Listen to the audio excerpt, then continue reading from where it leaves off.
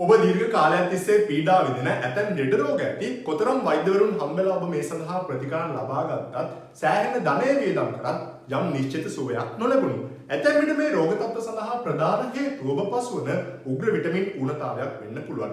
අද වසරේදී මම ඔයගොල්ලන්ට විස්තර කරන්න බලාපොරොත්තු වෙන්නේ අපේ ශරීරයට අත්‍යවශ්‍ය විටමින් එකක් වන මේ විටමින් B12 සම්බන්ධව. විටමින් B12 අපි කොබැලමින් කියන නමින් හඳුන්වනවා. මේ කොබැලමින් අපේ ශරීරයට අත්‍යවශ්‍ය විටමින් එකක්. මොකද මේක නැතුව අපේ ඇඟේ රතු රුධිරාණු නිෂ්පාදනය වීමක් වෙන්නේ නැහැ.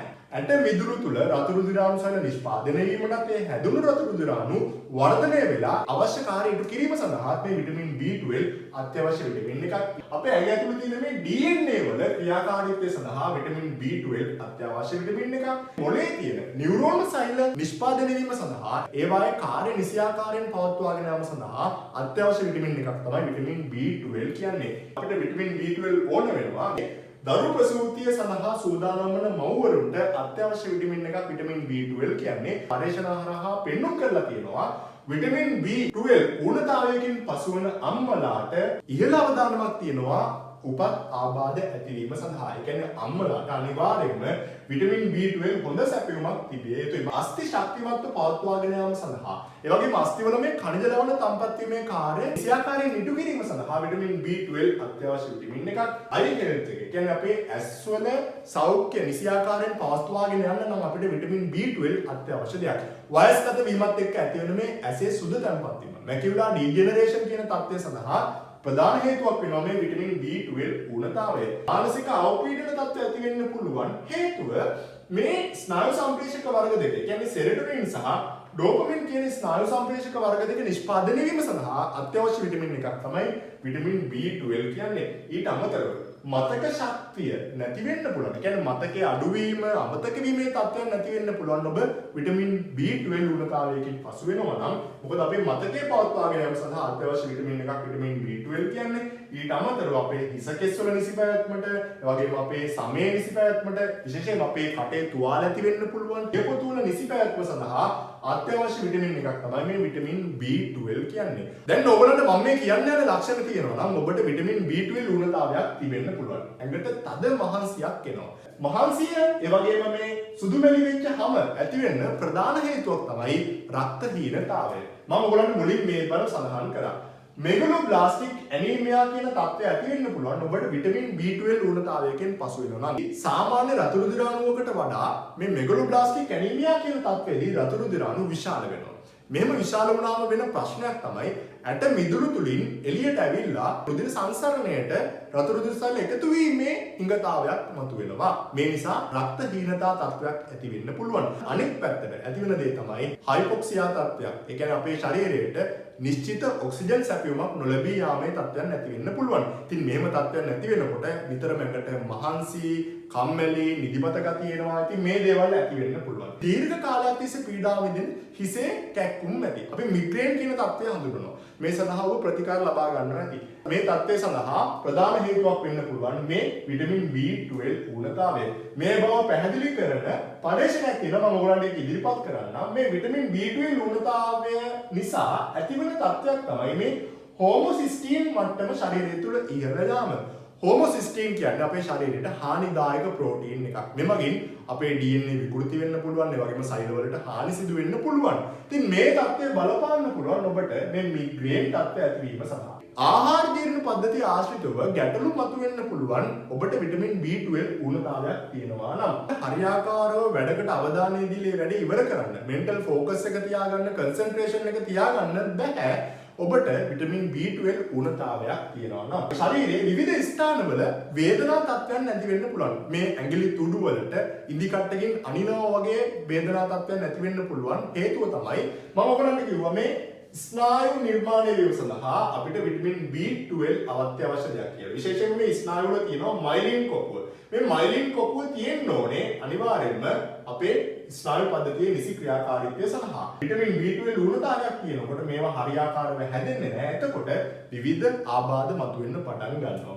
නිතර මේ මාංශ පේශී පෙරලීමේ තත්ත්වයන් මසල් ක්‍රැම්ප්ස් නිර්මාණය වෙනවා නම් ඔබ විටමින් B12 ඌනතාවයකින් පසු වෙන්න පුළුවන්. ඒ වගේම ඒටෙක්සියා කියන තත්ත්වය හරියාකාරව මේ hand eye coordination nerve coordination එකක් නැති වෙන්න පුළුවන්. ඒ කියන්නේ අපිට අපේ චලන සිදු කිරීමේ අපහසුතාවයක් නිර්මාණය වෙන්න පුළුවන්. ඊට අමතරව ලිංගික අප්‍රාණිකත්වය ඇති වෙන්න පුළුවන්. ඔබට මේ විටමින් B12 ඌනතාවයක් තියෙනවා නම්. දැන් ඔබට පේනවා මේ විටමින් B12 අපිට කොච්චර වැදගත් විටමින් එකක්ද කියලා. මේ විදිහට විටමින් B12 ඌනතාවයක් නිර්මාණය වෙන්න හේතු විදිහට මට දක්වන්න පුළුවන් විවිධ ආකාරයේ ආහාර පුරුදු වලට යොමු වීම. ඒ කියන්නේ වීගන් ඩයට්. විශේෂයෙන්ම වෙජිටේරියන් කට්ටියට මේ විදිහට විටමින් B12 ඌනතාව නිර්මාණය වෙන්න පුළුවන්. ඔබ වයස අවුරුදු 60ට වැඩි පුද්ගලයෙක් නම් මේ ආහාර මාර්ගයෙන් එන විටමින් B12 අපේ ශරීරයට අවශෝෂණය කිරීම සඳහා ආමාශය තුළ ඒ අවශ්‍ය ශ්‍රාව්‍ය හරියාකාරව ශ්‍රාව්‍ය වෙන්න ඕනේ.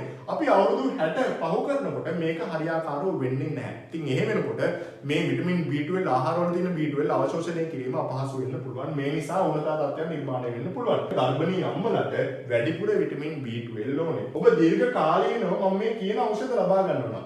metformin ඒ වගේම proton pump inhibitor omeprazole esomeprazole lansoprazole වගේ මේ PPIs ඒ වගේම anti depression drugs sodium valproate වගේ මේ anti depression drugs දීර්ඝ කාලීනව ලබා ගන්න කෙනෙක් නම් ඔබට මේ B12 ඌනතා මතුවෙන්න පුළුවන්.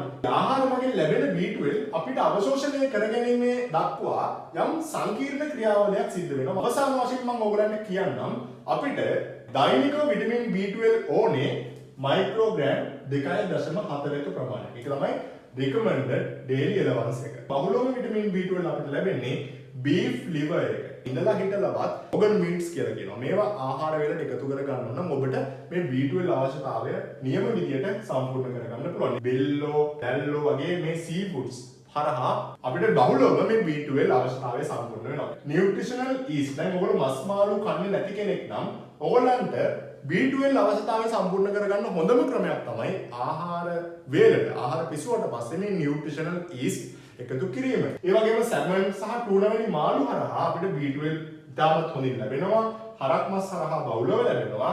කිරි සහ යෝගට් හරහා අපිට මේ සත්ව ආහාර හරහා තමයි බහුලවම අපිට මේ B12 ලැබෙන්නේ. ඇතැම් විට වෛද්‍යවරයෙක් හම්බෙලා මේ රෝග ලක්ෂණ කිව්ලා වෛද්‍යවරයෙක් නිර්දේශ කරලා ඔයගොල්ලන්ට B12 ඉන්ජෙක්ෂන් එකක් විදිහට ලබා දෙන්න පුළුවන්. මොකද ඉක්මනින් මේක සම්පූර්ණ කරන්න ඕනේ නැත්නම් ගොඩක් ගැටලු ඇති වෙනවා. ඇතැම් විට ඔබට සප්ලිමන්ට් එකක් විදිහට B12 ලබා ගන්න පුළුවන්. ඉතින් සප්ලිමන්ට් එකක් විදිහට B12 ගන්නකොට ගන්න හොඳම සප්ලිමන්ට් එක තමයි මේ මෙතිල් කොබලමින් කියන්නේ. මොකද මෙතිල් කොබලමින් තමයි නැචරල් ෆෝම් එක විටමින් B12 වල. සින්තටික් ෆෝම් එකක් තියෙනවා. ඒ කියන්නේ මිනිසුන් විසින් නිර්මාණය කරන විටමින් B12 වර්ගයක් තියෙනවා. ඒ තමයි සින්තටික් ෆෝම් එක සයනොකොබලමින්. සයනොකොබලමින් මෙතිල් කොබලමින් වලට වඩා ගණන් අඩුයි. හැබැයි වඩා හොඳ ප්‍රභේදය තමයි මෙතිල් කොබලමින් කියන සප්ලිමන්ට් එක. ඒතකොට මේ සප්ලිමන්ට් එක ගන්නවා නම් ඔයගලන්ට ගන්න පුළුවන් 1500 micrograms ගන්න පුළුවන් දවසකට.